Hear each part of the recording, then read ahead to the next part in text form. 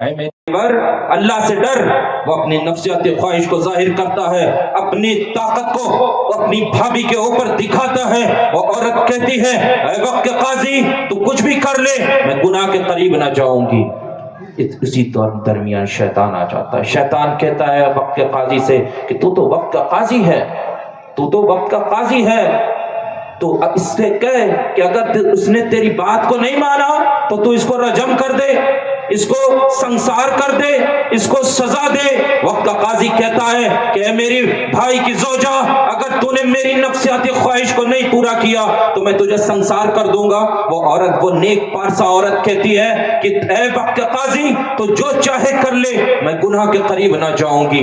بہرحال وقت کا قاضی اسے سنسار کر دیتا ہے۔ دو لوگ جھوٹی اس کے خلاف جھوٹی گواہی پیش کرتے ہیں، لوگ اس کو سنسار کر کے واپس چلے آتے ہیں۔ اسی راستے سے ایک ساروان گزرتا ہے، ساروان عورت کے کرہانے کی آواز سنتا ہے، ساروان عورت کے قریب جاتا ہے، دیکھتا ہے لہو لہان ایک عورت پڑی ہوئی ہے۔ ساروان اسے اٹھا کے اپنے گھر لے کر جاتا ہے، ساروان اس کی مرہم پٹی کرتا ہے، کچھ ہی مدت کے درمیان میں اس کے زخم بھرنے لگتے ہیں، لیکن اسی مدت میں ساروان اس نیک پارسا خاتون سے الفت کر بیٹھتا ہے، محبت کر بیٹھتا ہے۔ ساروان کے خاندان کا ایک نوجوان ساروان کے گھر پہ آتا ہے، ساروان کے گھر پہ وہ نوجوان آتا ہے، اس کی نظر اس حسین و جمیل عورت پہ پڑتی ہے، اس عورت سے الفت کر بیٹھتا ہے، محبت کر بیٹھتا ہے۔ ایک روز وہ نوجوان اپنی نفسیاتی خواہش اس عورت کے سامنے ظاہر کرتا ہے، وہ عورت ایک جواب دیتی ہے کہ اے نوجوان اللہ سے ڈر، اے نوجوان اللہ سے ڈر۔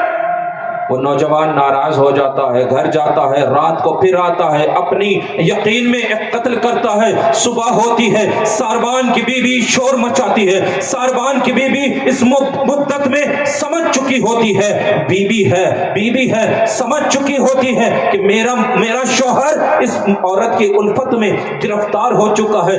ساروان کی بیوی اس نیک پارسا خاتون پہ اس قتل کا الزام لگاتی ہے۔ ساروان جان لیتا ہے، وہ ساروان اس نیک پارسا خاتون کو قریب بلاتا ہے، بلانے کے بعد اسے چند اشرفیاں دیتا ہے، اشرفیاں دے کر کہتا ہے اے نیک پارسا خاتون تو یہاں سے چلی جا۔ وہ نیک پارسا خاتون وہاں سے چلی جاتی ہے، جب چلنے لگتی ہے راستے میں ایک آبادی سے گزرتی ہے، ایک جگہ ایک آبادی میں بھیڑ لگی ہوتی ہے، بھیڑ کے قریب جاتی ہے، معلوم کرتی ہے ماجرا کیا ہے۔ معلوم پڑتا ہے ایک نوجوان کو سولی پہ چڑھایا جا رہا ہے، ایک نوجوان کو پھانسی دی جا رہی ہے۔ معلوم کرتی ہے کس بنا پہ اس کو سولی پہ چڑھایا جا رہا ہے، کس بنا پہ اس کو پھانسی دی جا رہی ہے۔ آپ لوگ کھڑے ہو جائیں۔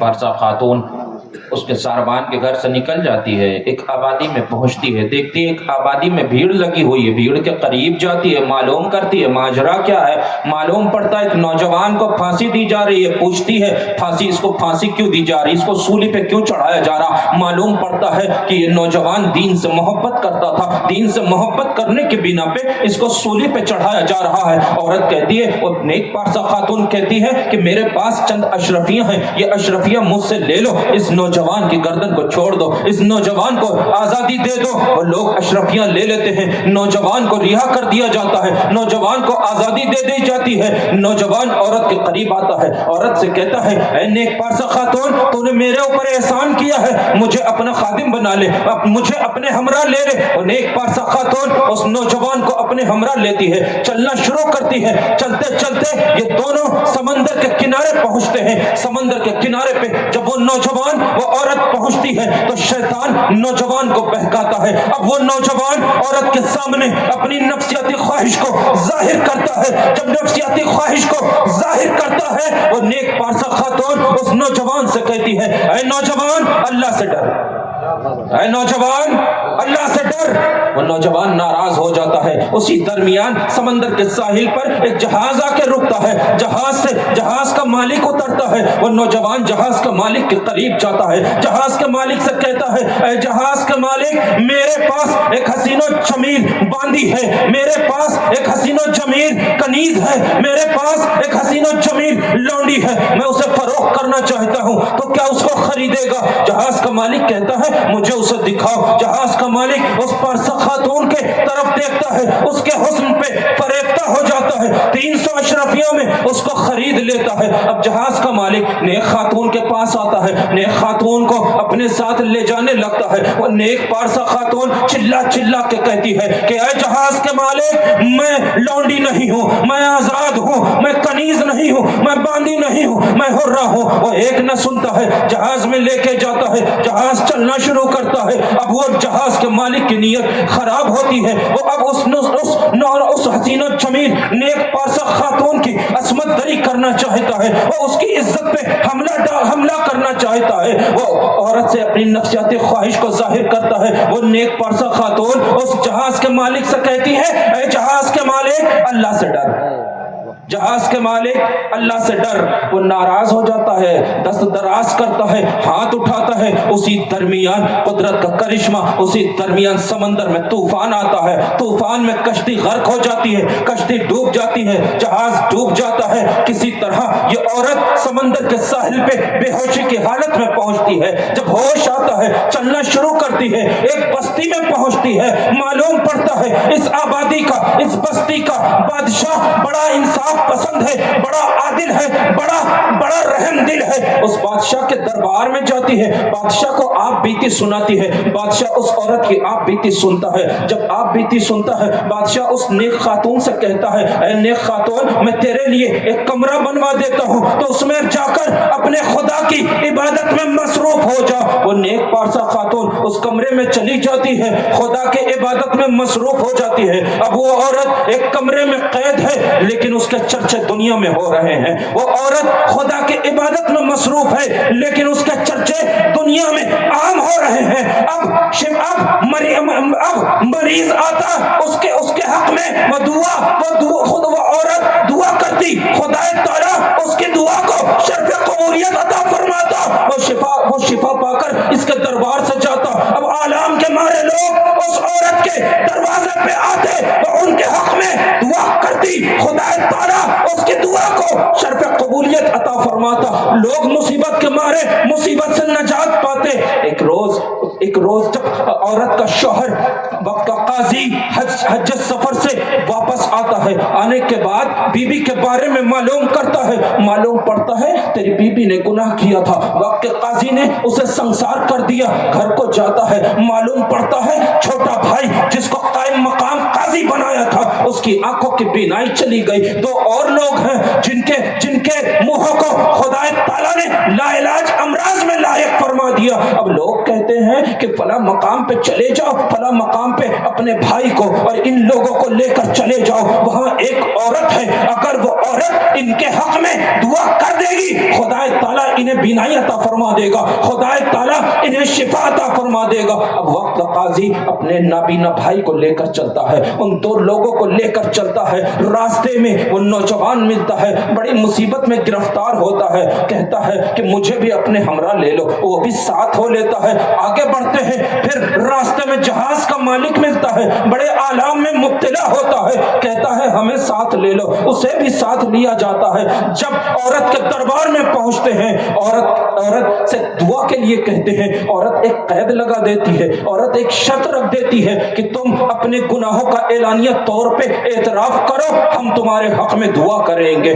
وقت وہ نابینا ہوتا ہے، وہ کہتا ہے کہ میری ایک بھابھی تھی، بڑی حسین و جمیل تھی، بڑی نیک اور پارسا خاتون تھی، میں اس کی عصمت دری کرنا چاہتا تھا، میں اس کے ساتھ گناہ کرنا چاہتا تھا۔ اس نے مجھ سے ایک جملہ کہا تھا کہ اے میرے دیور اللہ سے ڈر، میں نہ مانا، میں نے اس کی بات کو نہ مانا، میں نے اس کو سنسار کیا، خدا تعالیٰ نے میری آنکھوں کی بینائی کو چھین لیا، خدا تعالیٰ نے مجھے نابینا کر دیا۔ وہ دو لوگ تھے جن کے منہوں کو خدا تعالیٰ نے لا علاج امراض میں لاحق فرما دیا تھا، کہنے لگے کہ وہ عورت بڑی نیک تھی، بڑی پارسا تھی، میں نے اس کے حق میں گواہی دی تھی، اس کے مخالفت میں گواہی دی تھی، اس کے اوپر زنا کا الزام لگایا تھا، خدا تعالیٰ نے ہمارے منہوں کو لا علاج امراض میں مبتلا کر دیا۔ وہ نوجوان کہتا ہے کہ میں اس عورت کی الفت میں گرفتار ہو گیا تھا، میں نے اس سے نفسیاتی خواہش کو ظاہر کیا تھا، اس نے مجھ سے کہا تھا اے نوجوان اللہ سے ڈر، میں ناراض ہو گیا تھا، میں نے اپنے یقین میں اس عورت کا قتل کیا تھا، لیکن دھوکے سے سربان کے بیٹے کا قتل ہو گیا، خدا تعالیٰ نے مجھے بڑے عالم میں مبتلا فرما دیا۔ جہاز کا مالک کہتا ہے کہ میں نے اس کو کنیز اور باندی سمجھ کے خریدا تھا، وہ مجھ سے چلا چلا کے کہہ رہی تھی میں آزاد ہوں، میں حرہ ہوں، میں نے اس کی ایک نہ سنی، میں نے اس سے نفسیاتی خواہش کو ظاہر کیا۔ اس نے مجھ سے کہا تھا جہاز کے مالک اللہ سے ڈر، میں نے اس کی بات کو نہ سنا، میں نے اس کے اوپر دست دراز کیا، میں نے اس کے اوپر ہاتھ اٹھایا، خدا تعالیٰ نے مجھے بڑی مصیبت میں مبتلا کر دیا۔ اب عورت وقت کے قاضی کو اپنے قریب بلاتی ہے اور چہرے سے نقاب کو ہٹاتی ہے۔ وقت کا قاضی دیکھتا ہے یہ میری بیوی ہے، پکار اٹھتا ہے خدا گواہ ہے میری بیوی پارسا ہے۔ اس کے بعد وہ عورت ان کے حق میں دعا کرتی ہے، کہتی ہے کہ جاؤ میں نے تمہیں معاف کیا، خدا تعالیٰ تم لوگوں کو شفا عطا فرمائے، خدا تعالیٰ تمہیں تمہارے آلام سے نجات عطا فرمائے۔ کہنا بتانے کا مقصد یہ کہ جب بندہ خدا سے ڈرتا ہے، خدا تعالیٰ اس کی دعاؤں کو شرف قبولیت بھی عطا فرما دیتا ہے، اور جس کے اندر خدا کا خوف ہوتا ہے، خشیت الہی ہوتی ہے، گناہوں سے دور رہتا ہے، خدا تعالیٰ دنیا میں اس کو ممتاز کر دیا کرتا ہے، دنیا میں اس کے چرچے کر دیا کرتا ہے۔ قرآن کا وہ عورت کمرے میں بند تھی، خدا کی عبادت میں مصروف تھی، دنیا میں اس کے چرچے ہو رہے تھے۔ قرآن نے کہا فَاذْكُرُونِی أَذْكُرْکُم، تم میرا ذکر کرو میں تمہارا چرچا کروں۔ بے شک سبحان اللہ سبحان اللہ، زندہ آواز۔ لیکن آج ہم کیا کر رہے ہیں؟ آج ہم کیا کر رہے ہیں کہ ہمارے دل میں گناہوں کا ڈر ہے؟ کبھی ہم سوچتے ہیں کہ ہم اس گناہ کے قریب نہ جائیں؟ ہم اللہ سے ڈریں؟ آج ہم زبانی تو کہتے ہیں کہ اللہ سے ڈریں، ہم اللہ سے ڈرتے ہیں، لیکن حقیقت میں ہم اللہ سے ڈرتے ہیں؟ جب گناہ کرتے ہیں، بھائی کا مال ہڑپتے ہیں، بھائی کی زمین پہ قبضہ کرتے ہیں، لوگوں کے اوپر جھوٹے الزامات لگاتے ہیں، لوگوں کو ذلیل کرتے ہیں، رسوا کرتے ہیں، مومن کو ذلیل کرتے ہیں، رسوا کرتے ہیں، کسی کی بے عزتی کرتے ہیں، ہم سوچتے ہیں کہ نہیں یہ گناہ ہے، اس سے ہمیں دور رہنا چاہیے۔ اس وقت کیا ہم ڈرتے ہیں؟ آپ جانتے ہیں ایک عورت تھی بڑی نیک پارسا خاتون تھی۔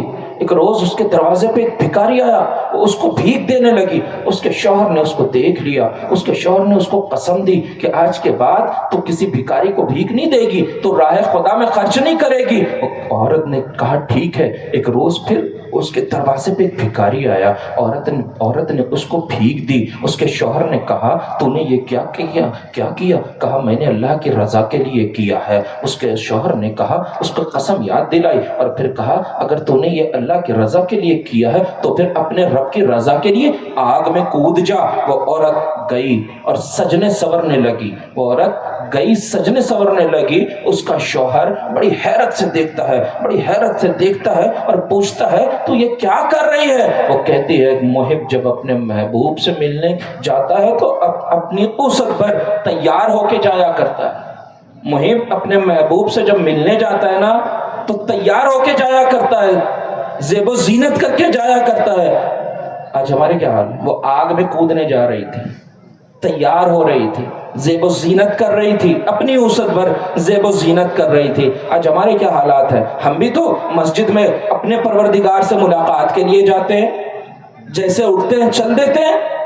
ایک آستین کہیں جا رہی ہے، چہرے سے پانی مسجد کے فرش پہ ٹپک رہا ہے، وضو کیا، صحیح سے وضو بھی نہیں ہے ہمارا، ہم مسجد میں اپنے رب سے، اپنے پروردگار سے ملاقات کے لیے جا رہے ہیں، ہماری حلیہ کیسی ہے؟ بال بکھرے ہوئے ہیں۔ وہ عورت تو آگ میں کودنے جا رہی تھی۔ آج ہم کسی دنیاوی آدمی سے ملاقات کے لیے جاتے ہیں نا، کسی بڑے لوگوں سے ملاقات کے لیے جاتے ہیں نا، تو ہمارے آستین کے بٹن بھی بند ہوتے ہیں، ہمارا کالر بٹن بھی بند ہوتا ہے، لیکن جب مسجد میں جاتے ہیں نا تو ہماری ایک آستین اونچی ہے، ایک آستین نیچی ہے نا، ہمارے بال بکھرے ہوئے، لگتا ہی نہیں ہے کہ ہم مسجد میں جا رہے ہیں، اپنے پروردگار سے ملاقات کے لیے جا رہے ہیں۔ وہ عورت تو آگ میں کودنے جا رہی تھی، اس کے لیے تیار ہو رہی تھی. اس عورت نے نہ جملہ کا نا، جب محب اپنے محبوب سے ملاقات کے لیے جاتا ہے تو تیار ہو کے جاتا ہے. اس کے بعد وہ تندور میں کود گئی. اس کے شوہر نے تندور کے اوپر ڈھکن لگا دیا. 3 روز کے بعد تندور سے ڈھکن کو ہٹایا تو دیکھتا کیا ہے کہ وہ عورت آگ پہ بیٹھ کے مسکرا رہی ہے. ایسے ہی موقع پہ حضرت بایزید بسطامی نے کہا تھا عارف آگ کے لیے عذاب ہے اور جاہل کے لیے آگ عذاب ہے. اگر جہنم بایزید کو دیکھ لے تو جہنم سرد پڑ جائے. بایزید بسطامی نے فرمایا تھا عارف آگ کے لیے عذاب ہے اور جاہل کے لیے آگ عذاب ہے نا. آج ہم کہاں ہیں؟ ہمارے لیے کیا عذاب ہے؟ ہم آگ کے لیے عذاب ہیں یا آگ ہی ہمارے لیے عذاب ہے؟ آپ جانتے ہیں کہ ایک بزرگ تھے، وہ دیکھتے ہیں کہ ایک لوہار ہے. وہ لوہار گرم لوہے کو، بالکل لال تپتے ہوئے لوہے کو ہاتھ سے پکڑتا ہے، اس کو چلتا نہیں ہے. وہ بزرگ اس نوجوان سے، اس لوہار سے سوال کرتے ہیں کہ اے لوہار ذرا یہ تو بتا، بشریت کا تقاضا ہے کہ جب بشر آگ کو چھوتا ہے تو جل جاتا ہے، اس کے ہاتھ میں چھالے پڑ جایا کرتے ہیں، لیکن تو چھوتا ہے جلتا نہیں ہے، وجہ کیا ہے؟ وہ لوہار کہتا ہے کہ ایک مرتبہ قحط پڑا نا تو میرے دروازے پہ میرے پڑوس کی ایک نوجوان عورت آئی. اس نے مجھ سے کھانا مانگا. میں نے اس سے اپنی نفسیاتی خواہش کو ظاہر کیا. اس عورت نے کہا کہ میں بھوکی رہ لوں گی لیکن میں گناہ کے قریب نہ جاؤں گی. کئی روز مسلسل وہ میرے دروازے پہ آتی رہی. میں اس سے اپنی نفسیاتی خواہش کو ظاہر کرتا رہا. وہ واپس جاتی رہی. وہ کہتی رہی کہ میں بھوکی مر جاؤں گی لیکن گناہ کے قریب نہ جاؤں گی. ایک روز وہ عورت میرے دروازے پہ آئی. میں نے اس کے سامنے کھانا دے دیا، کھانا رکھ دیا. اس عورت نے کہا کہ اے نوجوان، اگر تو اپنی نفسیاتی خواہش کے لیے مجھے یہ کھانا دے رہا ہے تو میں بھوکی مر جاؤں گی لیکن گناہ کے قریب نہ جاؤں گی. اس نے کہا کہ نہیں، میں تجھے خدا کی رضا کے لیے دے رہا ہوں. اس عورت نے فوراً اپنے ہاتھوں کو اٹھا، رب کی بارگاہ میں اٹھایا. اٹھانے کے بعد دعا کرتی ہے کہ پروردگار عالم، اگر یہ نوجوان اپنی بات میں سچا ہے تو اے پروردگار عالم اسے دنیا اور آخرت کی آگ سے محفوظ فرما دے. وہ نوجوان کہتا ہے بزرگ سے کہ اے بزرگ، جس روز سے اس عورت نے میرے لیے رب کی بارگاہ میں اپنے ہاتھوں کو اٹھا کے دعا کی تھی کہ پروردگار عالم اس نوجوان کو دنیا اور آخرت کی آگ سے محفوظ فرما دے، اس دن سے میں دنیا کی آگ سے محفوظ ہو گیا اور انشاءاللہ امید ہے کہ آخرت کی بھی آگ سے محفوظ ہو جاؤں. بے شک سبحان اللہ ہے نا. جب بندہ گناہوں سے ڈرتا ہے، جب بندہ اللہ کی رضا کے لیے کام کرتا ہے تو اگر اس کے لیے حق میں دعا کر دی جاتی ہے تو وہ دنیا اور آخرت کے آگ سے محفوظ ہو جایا کرتا ہے. وہ آگ کو چھوتا ہے تو جلتا نہیں ہے. آپ جانتے ہیں یہ عرس کا موقع ہے.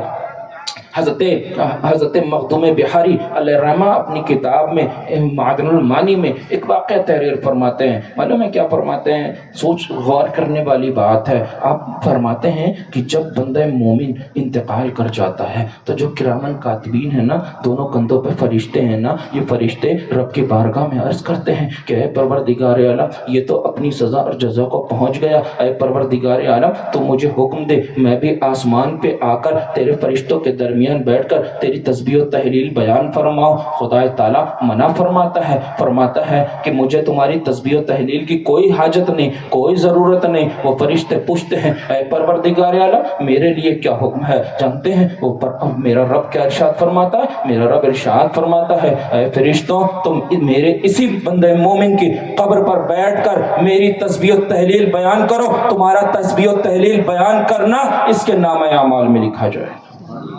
جب بندہ مومن ہوتا ہے تو فرشتے اس کی قبر کے مجاور بن جایا کرتے ہیں.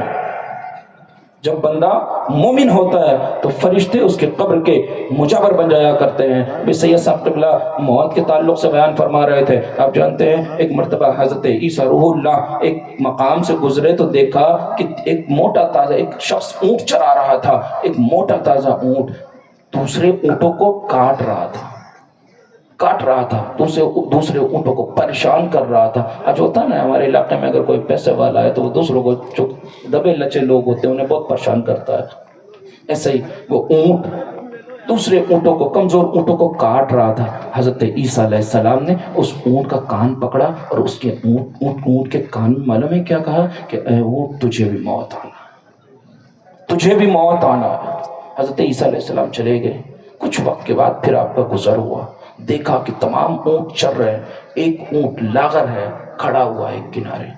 حضرت عیسیٰ علیہ السلام نے اونٹ کے مالک سے پوچھا اے اونٹ کے مالک یہ اونٹ اتنا لاغر کیوں ہے؟ کہنے لگا ہے حضرت روح اللہ، ایک روز آپ نے اس کے کان میں کہا تھا کہ تجھے بھی موت آنا ہے، اس دن سے اس نے کھانا پینا چھوڑ دیا ہے اور یہ اسی طرح کھڑا رہتا لاغر ہو گیا. جب جانور کو معلوم پڑ گیا نا کہ موت آنی ہے، موت کے بارے میں جانور کو معلوم پڑ گیا تو جانور نے کھانا پینا چھوڑ دیا. میرے آقا مصطفیٰ جان رحمت ارشاد فرماتے ہیں اگر جانور کو معلوم پڑ جائے کہ موت آنی ہے، موت کے بارے میں بھی جانور کو بھی معلوم پڑ جائے نا تو تم کو یہ تر و تازہ جانور نہیں ملے، تمہیں فروا جانور کھانے کو نہیں ملے، تمہارے ہاتھ نہیں لگے، ہے نا. تو بہرحال یہ عرس کا موقع ہے. ہمیں تو چاہیے کہ ہم جتنے بھی نیک عمل کر سکتے ہیں نیک عمل کریں اور خدا کا خوف اپنے دل میں پیدا کریں، گناہوں سے دور رہیں،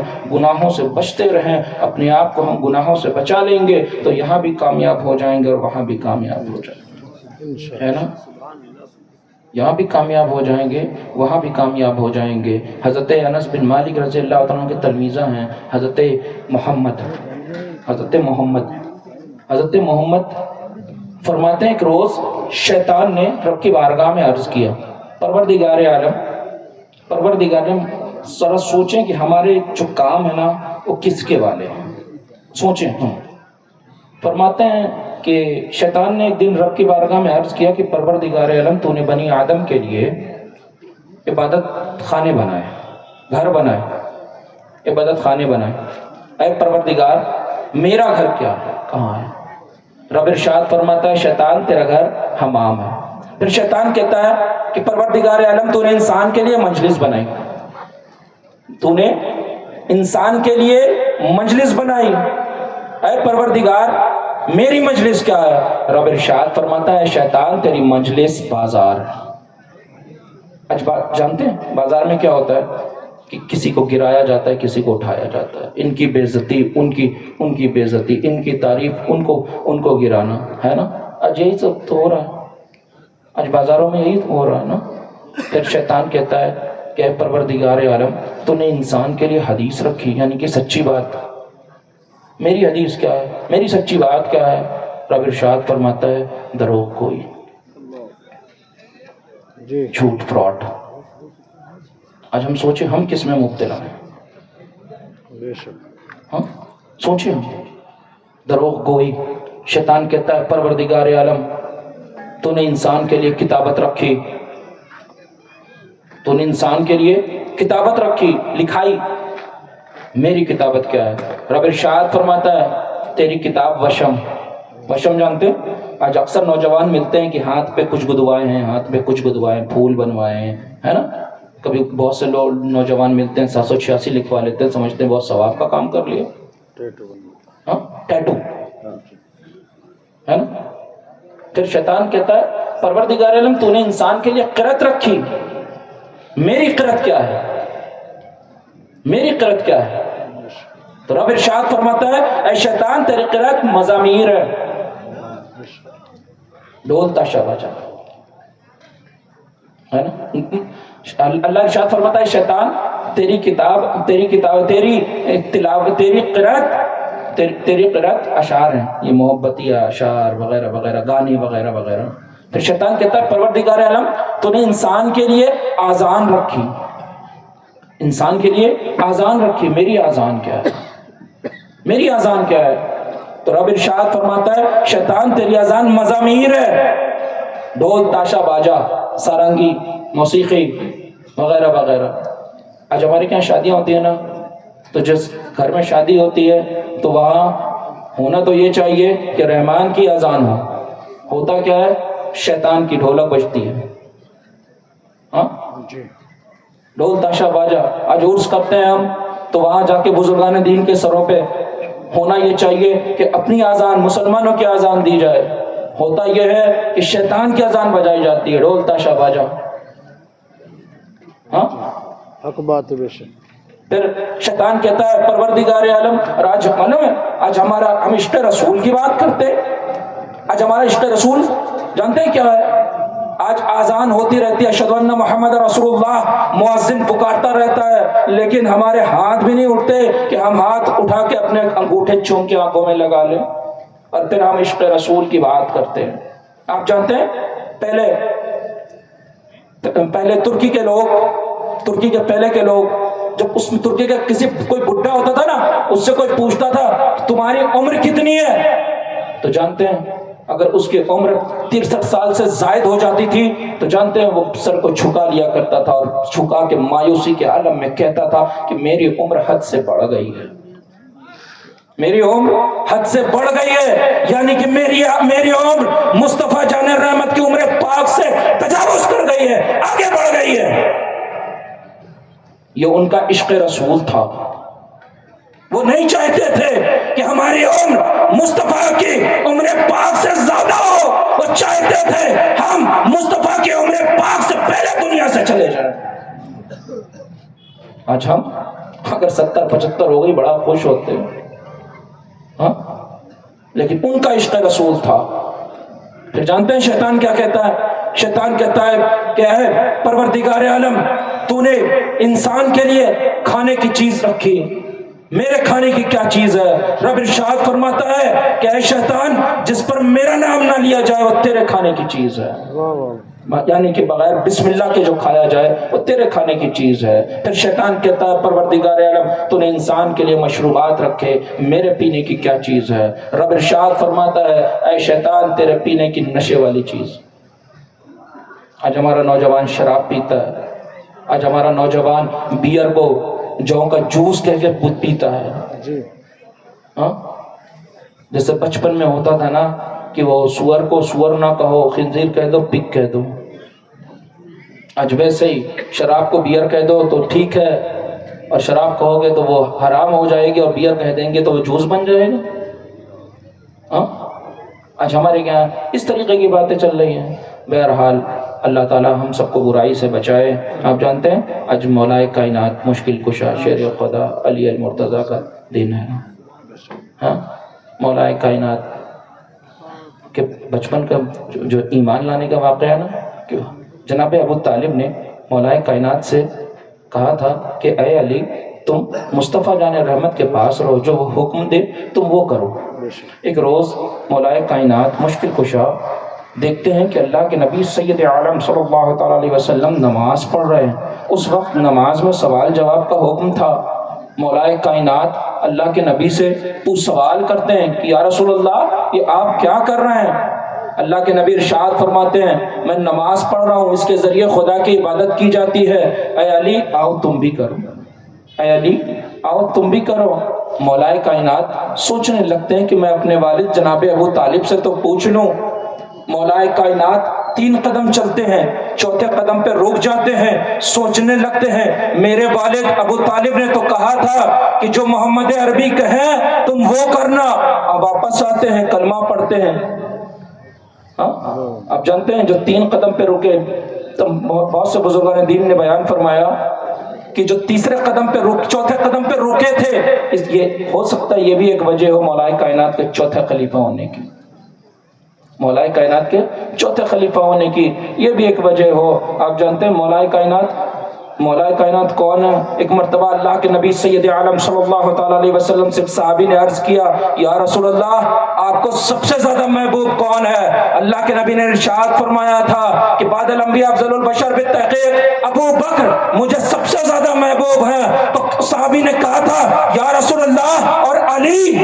تو اللہ کے نبی نے فرمایا تھا تم نے تو میری جان کے بارے میں سوال کر دیا، تو معلوم یہ پڑا کہ مصطفیٰ جان رحمت کے محبوب کو ابو بکر کہتے ہیں اور مصطفیٰ کی جان کو علی کہتے ہیں۔ واہ واہ سبحان اللہ، سبحان اللہ، ماشاء اللہ۔